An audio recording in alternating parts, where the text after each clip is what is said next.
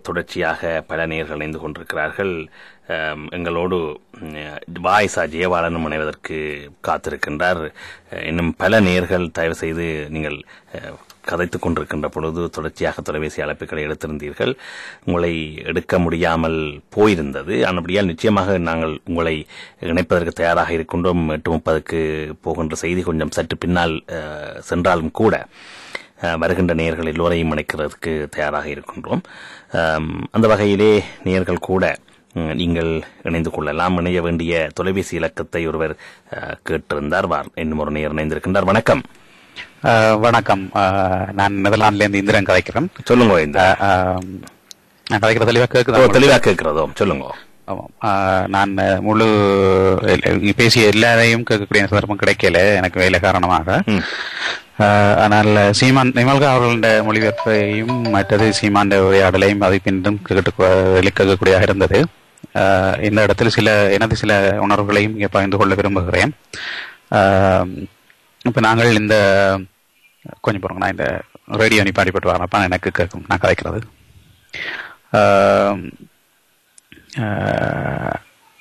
ஐக்கிய நாடுகள் சபையின் வெளியிடப்பட்ட இளைஞர் போர்க்குற்றங்கள் தொடர்பான அறிக்கை பற்றி பல்வேறு விதமான கருத்துக்கள் முன்வைக்கப்பட்டு வருகிறது. சரியோ? அப்ப இந்த அறிக்கை இலங்கை அரச கோபத்துக்குள்ளாக்கி இருக்குது, அதிர்ச்சிக்குள்ளாக்கி இருக்குது.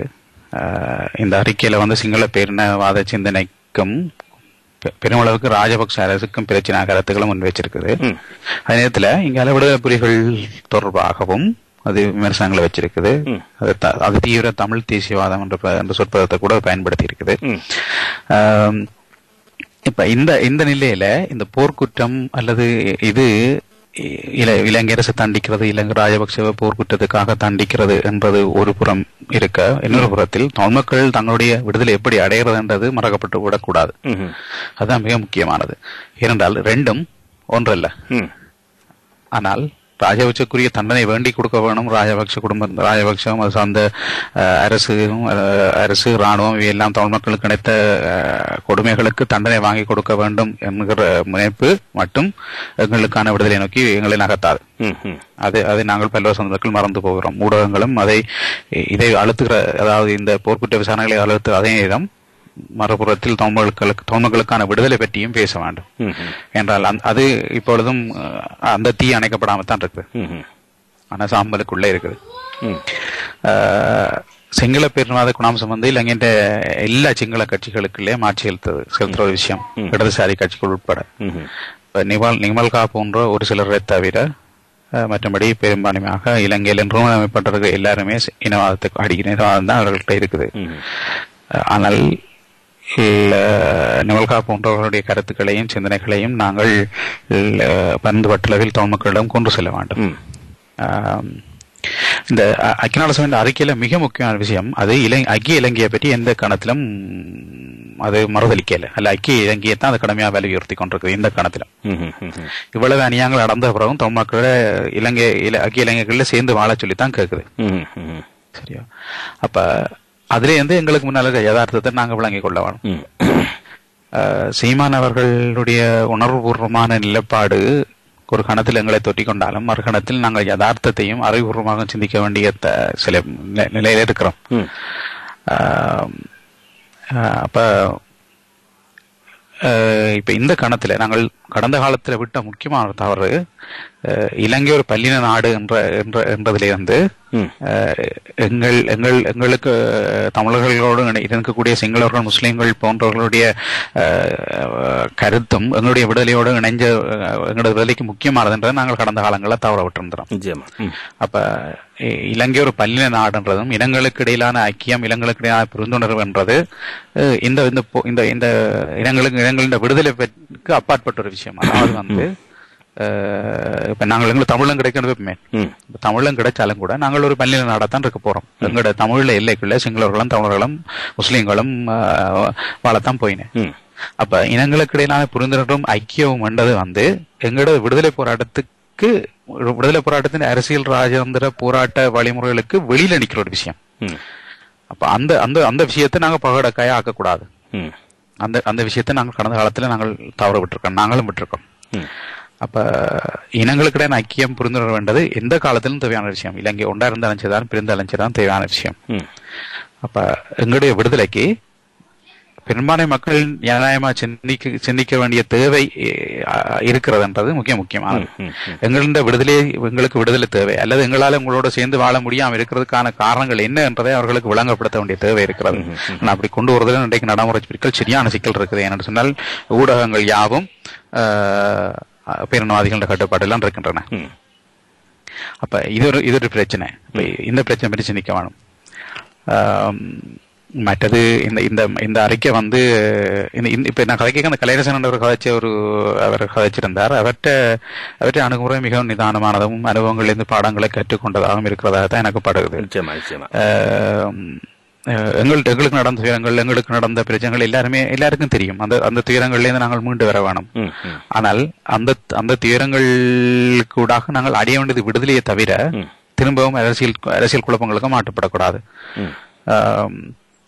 மற்ற இந்த ஐக்கிய சபையின் அறிக்கையால மஹிந்த குடும்பத்தின் சர்வாதிகாரம் காரணமாக முகாங்களாக பிரிஞ்சிருந்த சிங்கள பேரினவாதம் இப்ப இன்றைக்கு கொண்டுபட்டு நிக்குது. ஏதோ ஒரு கட்டத்துல சர்வதேச சூழ்நிலைகள்ல ஏற்படக்கூடிய மாற்றங்களாலேயோ அல்லது அரசியல் சதுரங்கம் காரணமாகவோ இலங்கை அரசுக்கு மீது ஒரு போர்ச்சுட்ட விவகாரம் வருதுன்னு வைப்போம். அப்படி வரும்போது சிங்கள பேரினவாதம் தன்னை அவர்களிடம் இலகுவாக பிரித்துக் கொள்ளும்.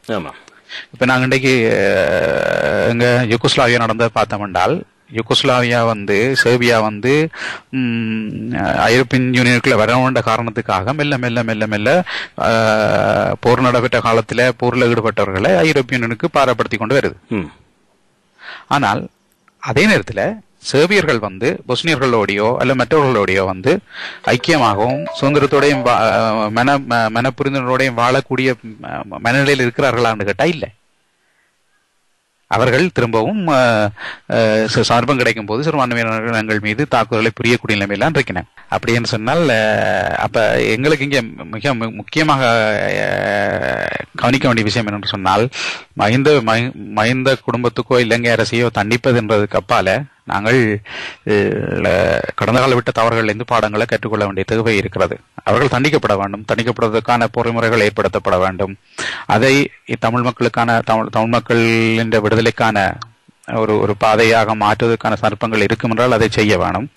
ஆனால் அதே நேரத்தில் அது மட்டுமே எங்களோட நோக்கம் ஒன்றாக இருக்க கூடாது என்றதான் என்னுடைய அறிக்கை, என்னுடைய கருத்து. நிச்சயமாக உங்களுடைய மற்றது இன்னொரு விஷயம் நம்ம மறந்து போனோம். வடக்கு கிழக்கில இன்றைக்கு இருக்கிற சூழ்நிலைகள் நீடிக்கும் என்றால் நாங்க கூட்டமைப்பை பற்றி நிறைய குறை சொல்லிக் கொண்டிருக்கிறோம். ஒன்றை யோசிக்க வேண்டும். இலங்கையில் சுதந்திரமான எதிர்ப்பு அரசியலை செய்வதாக இருந்தால் இலங்கையில் ஜனநாயக சூழ்நிலை இருக்க வேண்டும். வடக்கு கிழக்கில் இலங்கை முழுவதிலுமே ஜனநாயகம் இல்லை. அதில் வடக்கு கிழக்கில் இன்னும் பிறவாக ஜனநாயக உரிமைகள் அறவே இல்லை.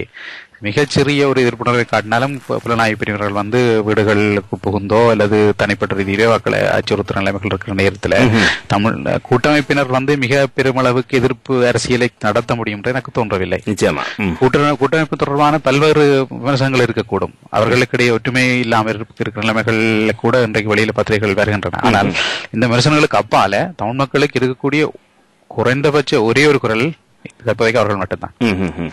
எனவே அந்த குரலையும் அழிப்பதோ அந்த குரலை பலவீனப்படுத்துவதோ மிக பிழையான நிலைப்பாடு தான் நான் நினைக்கிறேன். ஆனால் அதே நேரத்தில் அவர்கள் தங்களுக்குள் மிக தெளிவான அரசியல் கலந்துரையாடல்களை ஆரம்பிக்க வேண்டிய தேவை இருக்கிறது. தங்களுக்குள்ள முரண்பாடுகளை கலைந்து கொள்ள வேண்டிய தேவை இருக்கிறது. இலங்கை அரசுடன் நின்று கொண்டிருக்கிற இலங்கை அரசை முற்றுமுழுதாக ஏற்றுக்கொண்டிருக்கிற சிங்கள பௌத்த பேரினவாத அடக்குமுறையை முற்றுமுழுதாக ஏற்றுக்கொண்டிருக்கிற தமிழ் அரசியல்வாதிகள் அல்ல தமிழ் முன்னாள் போராளிகளை தவிர ஏனையவர்கள், அவர்கள் இடதுசாரிகளாக இருந்தாலும் சரிதான், அவர்கள் ஜனநாயகவாதிகளாக இருந்தாலும் சரிதான், தமிழ் கூட்டமைப்பினர் இருந்தாலும் சரிதான், முன்னாள் போராளிகளாக இருந்தாலும் சரிதான், இவர்கள் தங்களுக்குள் ஒரு மனம் திறந்த உரையாடலை ஆரம்பிக்கவும் பொது நோக்கத்துக்கான ஐக்கியம் ஒன்றை கண்டுகொள்ளவும் தேவை இருக்கிறது. இந்த தேவை இங்காலே புலம்பெயர்ந்த மக்கள் மத்தியிலும் இருக்கிறது. ஏனென்றால் புலம்பெயர்ந்த மக்களால் அமைக்கப்படுகிற எந்த அமைப்பும் அழுத்த குழுக்கள் என்றதுக்கு மேலே போக முடியாது. ஏன்னு சொன்னால் ஒரு மக்களுடைய விடுதலையை தீர்மானிக்கிற அமைப்பு அந்த மக்களுக்குள்ளிருந்து வர வேண்டும், மக்களுக்குள்ளோடு நின்று போராட வேண்டும். புலம்பெயர்ந்து இருக்கிறவர்களுக்கு அந்த வசதி இல்லை. அவர்கள் ஒரு பிரஷர் குரூப்பா இருக்கலாம், ஒரு அமுக்க குழுக்களாக இருக்கலாம். அந்த குரூப் அந்த பிரஷர் குரூப்பா இருக்கிறது தேவையானது, கட்டாயம் அது உருவாக்கப்படும். உதாரணத்துக்கு நாங்கள் நீங்க தீபத்தை பார்ப்போம். தீபத்துல இன்றைக்கு புலம்பெயர்ந்த கவர்மெண்ட் எக்ஸைல், அதாவது வெளிநாடுகளில் ஒரு அமைக்கப்பட்ட அரசாங்கம் ஒன்று இருக்கிறது. தீபத் இந்தியாவில் அமைக்கப்பட்ட அரசாங்கம் இருக்கிறது. அவர்களால் எவ்வளவு தூரம் சீன அரசுக்கு அழுத்தங்களை கொடுக்க முடிந்தது? இல்லை. யாவா இந்தோனேஷியா நெதர்லாந்து அரசாங்கம் இந்தோனேஷியாவை விட்டு கைவிட்டு வரும்போது யாவா மக்கள் தாங்கள் தன்னாடாக போக விரும்பி போராடினார்கள். அதற்காக நெதர்லாந்தில் புலம்பெயர்ந்த அரசாங்கம் ஒன்றை அமைத்தார்கள். இன்றைக்கு 60 வருடங்களில் அந்த அரசாங்கம் இருக்கிறதா இல்லையா என்றது கூட தெரியாது.